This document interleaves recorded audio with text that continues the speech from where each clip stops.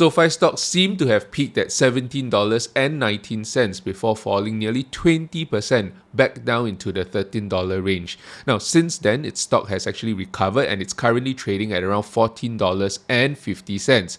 And the real question before us is that with earnings around the corner, how much higher can SOFI go? To answer that question, we have to understand what to expect in SOFI's upcoming earnings so that when the results come out, we can decide for ourselves whether SOFI can continue its run past $17.19, eventually breaking the $20 level. And so in this video, we'll be talking about my expectations for SOFI's upcoming Q4 2024 earnings in terms of its member growth, its various business segments, as well as its margins, to actually understand whether or not SOFI has the potential to break its 52-week high, or is it going to retest the $11 range. But as always, potential is a dangerous word, so let's dive in. This upcoming fourth quarter 2024 SOFI earnings is actually not an easy one to predict.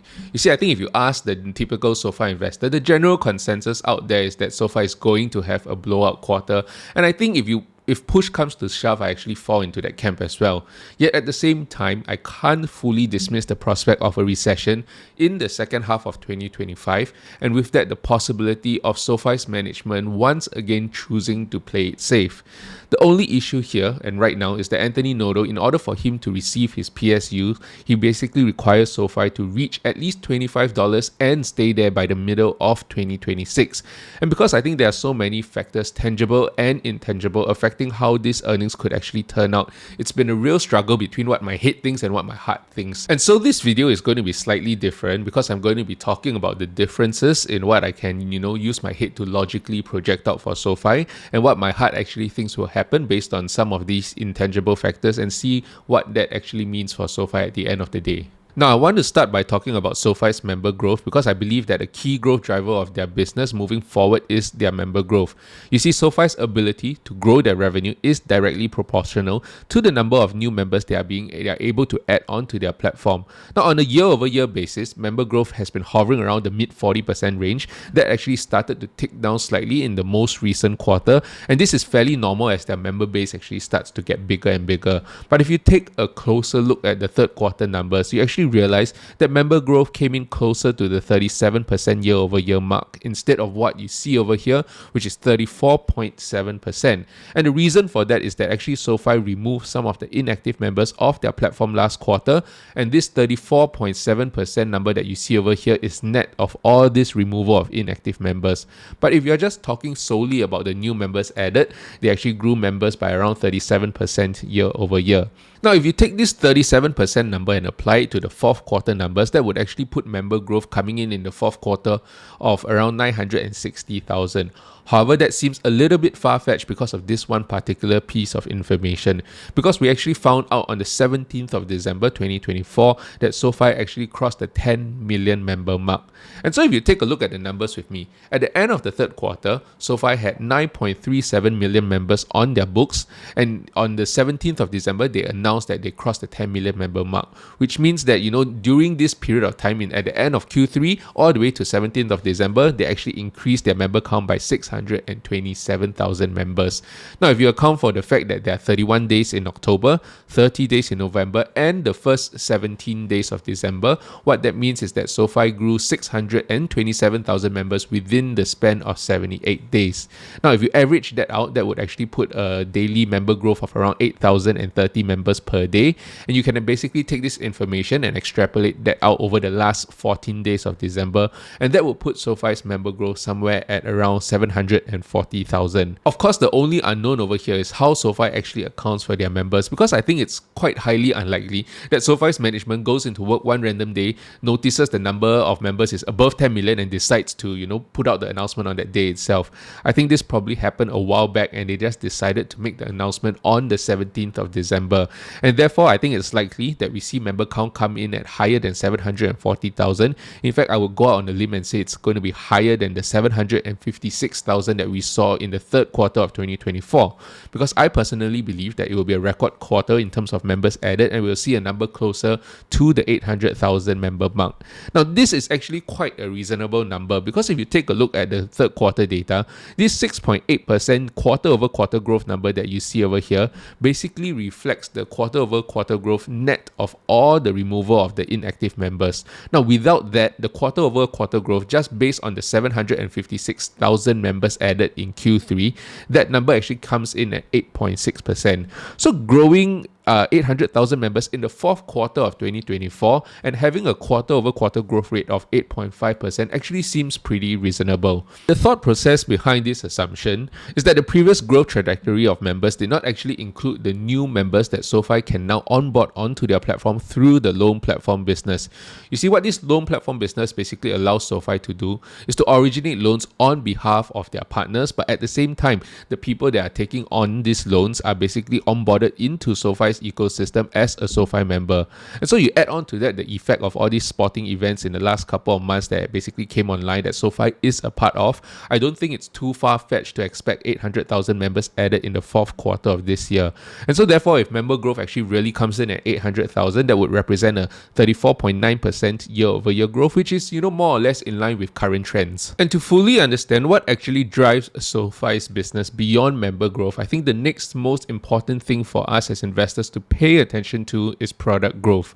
Now, Anthony Noto has said back in June of 2023 that he expects products per member for SOFI to stay at the 1.5 range, and the timeline during the interview that he gave to us was around 12 to 18 months. And so that takes us all the way to the end of 2024. And so because of that, I don't expect this number to see significant changes in this quarter, and that is something that we are supposed to perhaps look forward to in 2025.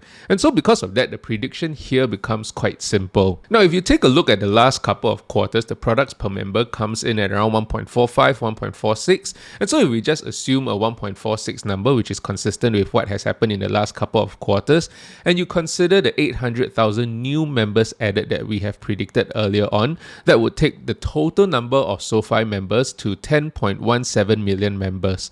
And so taking this 10.17 million members, multiplying it by 1.46 products per member, you get a total of 14,853,000 products. Now, if you look at the product split, we should have around 2 million in terms of lending products and 12.8 million in financial services products. Now, moving on from product growth, I want to talk a little bit about loan originations, because this is something that I've tracked in previous SOFI's earnings but not actually done a projection for, because I tend to focus on their revenue itself. But this is actually something that I use to inform my revenue projections. But since some of you have asked me about this in the comments section, this is just how I think about it. And I think the premise of my projection for SOFI's loan origination is basically, understanding the fact that their growth is driven by their member count. And so the logical thing to do for me is to find a correlation between loan originations and member count. Now, if you take a look at this trend over here, the total originations per member dropped over the last couple of quarters, although recently that has once again inflected upwards. So in Q3 of 2024, the originations per member came in at $674.85. Now, if you have been following the trend of originations, this is definitely not as high as it was previously, but it has definitely been on an upward trajectory. And I find it hard to go, actually project out this number because of different factors that we have to consider in the loan originations. So for instance, the Federal Reserve, right, they have lowered their interest rates, but the 10-year Treasury still remains pretty high. So because of that, I don't think that we will see a big boom in terms of loan demand, and this will be more of a slow ramp. But I guess we already know at the same time that SOFI does have room on its balance sheet to continue to grow its loan originations and, in effect, its lending revenue. And so the question is, how fast will they choose to do so? Therefore, I actually expect this number to come in somewhere in the midpoint of Q2 and Q3 of 2024. Now, if you take a look at the numbers with me, in the second quarter of 2024, originations per member came in at $609. This increased to $674 in Q3 of 2024, which means that in the fourth quarter of 2024, I'm expecting this to come in around $630. Now, on one hand, you see, the thing is, I know this $630 number actually seems quite low, because even if I assume that they stay constant quarter over quarter and originations per member comes in at $674 in Q4, the growth rate would seem so astronomical that I'm not sure if SOFI's management actually wants to grow that fast at the moment, because they haven't shown the inclination to do so. So at $630 in terms of originations per member, that would mean that overall loan originations would come in slightly higher on a quarter-over-quarter basis at $6.4 billion, but this will be up 48% year over year. However, that's not all. You actually still need to keep in mind this loan originations number because we're going to be using this to check our lending revenue later on. But if you take a look at the trend of lending revenue per product, I think for me this is the part of their business that will be quite hard to project out for this quarter for the same reasons that I was mentioning previously. But this number over here has always been comfortably above the $200 mark over the last 2 years, and the only time that we see this lending revenue per product fall below $200 is in the first half of 2024. So when this number actually inflected back up to $207 in the third quarter of 2024, I think it's quite natural to assume that, going into the fourth quarter, $200 of lending revenue generated per product in the fourth quarter is actually quite doable. However, the only issue I have over here is that we have seen from SOFI in the past, the fact that they can grow lending revenue at a certain pace doesn't mean that they will grow lending revenue, and they're choosing to take a more measured approach. And therefore, I'm inclined to think that this number will still hover around the $190 range. And the reason I'm saying this is because if you take a look at SOFI's guidance, their lending revenue is expected to come in at 100% of 2023 levels. Now, we already know that this is a ridiculous target, and I'll show you the calculations a bit later on. But because SOFI has already beaten their guidance by a fair amount over the last couple of quarters, I don't think there's a huge incentive for management to want to take on any more risk than is necessary at this point in time. And if you take a look at management's comments in the past, right, it basically reflects a cautious optimism, and I'm expecting more of that this quarter. So let's take a deeper dive into the numbers. Now, if you take a look at their 2023 revenue, because that is where they actually give reference from, the 2023 lending revenue comes in at around $1.34 billion, and their guidance for revenue in 2024 is 100% of 2023 revenue. However, if we just take a look at the revenue generated from their lending segment in 2024 in the first 3 quarters, that actually already comes in at $106 billion, which means that we only need $280 million in terms of lending revenue in Q4 in order for SOFI to reach its target, which is actually a 19% year-over-year decline. So if you have been following along with SOFI's business over the last few years, you will know that this is very unlikely at this point in time with where the macro environment is right now. So in terms of lending revenue, they were actually flat in the first quarter of 2024. Since then, we have seen a 5% increase year over year in the second quarter and a 14% year over year increase in Q3. And so I think in Q4, it is fair to assume that they will continue growing their lending revenue at a low double-digit figure, and there's no need for SOFI to actually take on any more risk than necessary because they already guided for 100% of revenue, 100% of 2023's revenue, and they're well on their way to beating that number. Therefore, I actually expect lending revenue to come in at around $386 million using the $190 lending revenue per product figure. That would put us at around 6% of total loan originations, which is why this is important, because if you take a look at the historical figures, I think it more or less falls in line with where it has been over the last couple of quarters, and that actually represents a 12% year-over-year growth in lending revenue. Now, when it comes to their financial services revenue, I think we saw that there was a 102% year-over-year growth, and I think this is in large part down to the addition of the loan platform business. And I think for me, at least how I'm thinking about it, is that there's this huge bump in Q3 financial services revenue because of the addition of this loan platform business, and I think this is actually quite hard to replicate in Q4. Now, the caveat here is that SOFI could very well be keeping their cards close to their chest, but the fact is that they haven't announced another deal to the magnitude of the one that they had with Fortress. And so my working assumption when I'm actually projecting out their revenue over here is that most of the deals done this quarter are smaller contracts, not to the magnitude of what they have done with Fortress, and because of that, perhaps the bump in revenue may not be as big. Although that being said, the Fortress deal actually extends over a number of quarters, so we can definitely still feel the effects of that deal in the fourth quarter. However, I don't expect growth rates here to accelerate past the 102% mark, but I do think they will comfortably beat their guidance of minimally 80% growth. And so the question is actually, how do I get this number? Now, if I were to look purely at the financial services revenue over the last couple of quarters, the financial services revenue per product has been increasing all the way into the mid-teens. However, last quarter, on the introduction of the loan platform business, this revenue figure actually shot up to $20.26 of financial financial services revenue per product. And all I'm doing is to take the same number, $20 of financial services revenue per product, and multiplying it by 12.8 million financial services product, which we have actually projected earlier on. Now, this gets us comfortably to $256 million in revenue, and that would actually represent a 84% year-over-year growth, which is well above their guidance of 80%. I think when it comes to SOFI's tech platform, I think the biggest deal we have seen them and Galileo gotten over the line recently is their contract with Mesh Payments. Now, when I did a little bit of digging on Mesh Payments, what I found out is that they are a company that serves over 1,000 clients.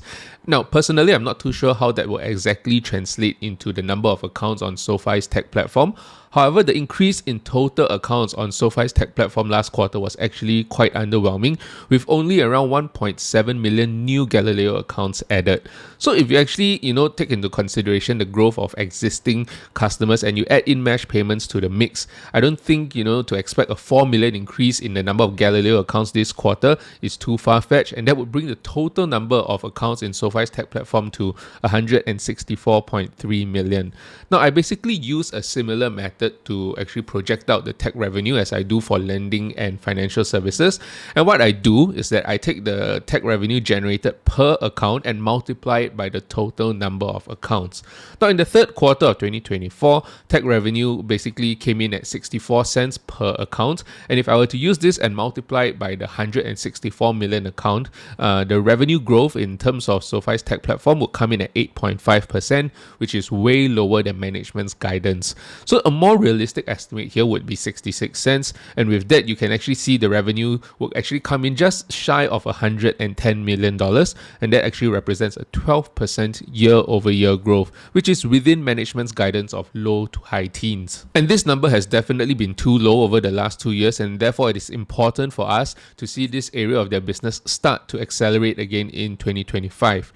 Now, if you ask me, this seems to be the only area of the business where management doesn't seem to be able to fully give us accurate guidance, and I think that is in large part down to many different factors that is outside of their control, and so this is something that we have to be paying close attention to in the upcoming earnings. Although personally I don't actually think that there will only be 2 rate cuts, I expect there to be at least 3 rate cuts in 2025. But if moving forward companies are planning with 2 rate cuts in mind, then I'm not too sure how many of them will have enough space in their budget for an upgrade of their tech platform. Now, in this article written by Galileo, which I've actually covered previously, they actually showed us how these larger financial institutions have no choice but they actually need to upgrade their current tech platform. However, the timeline for this upgrade may be longer than what SOFI expects, and I do not have a definitive time scale on this. But what I would say is that, if we actually get a certainty of more than 2 rate cuts and fears of an imminent recession is actually lower, then I think that, we can expect some of these larger financial institutions to start coming on board SOFI's platform.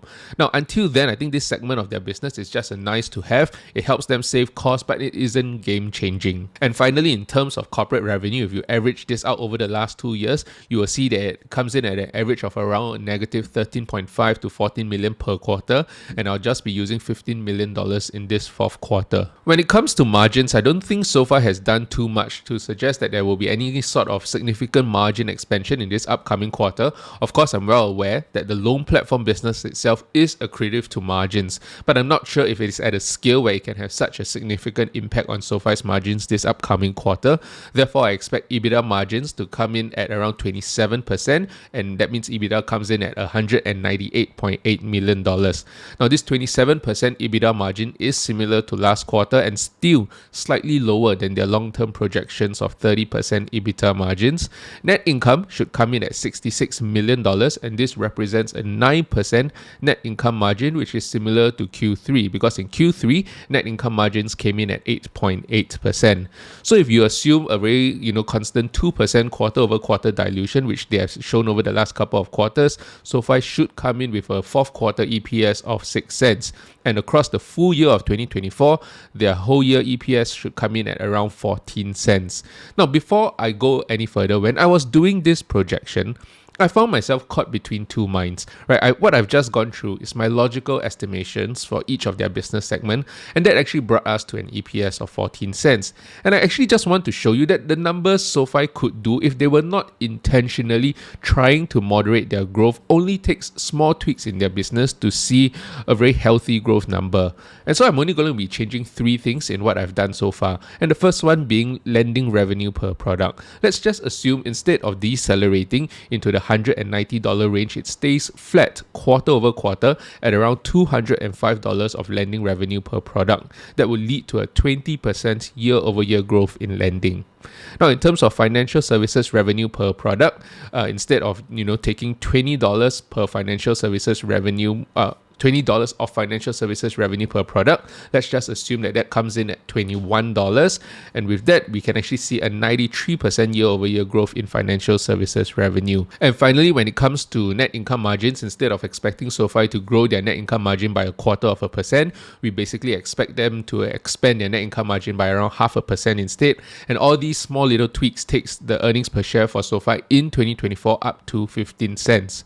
Because SoFi currently just turned profitable, this is their first full year of profitability, their PE ratio is still fairly high at around 119 times. So if you take that and you apply it to the 14 cents EPS, which is, from my logical estimation, you get SoFi's price at around $16.66. Now, if you apply it to a 15 cents EPS, what you end up getting is $17.85.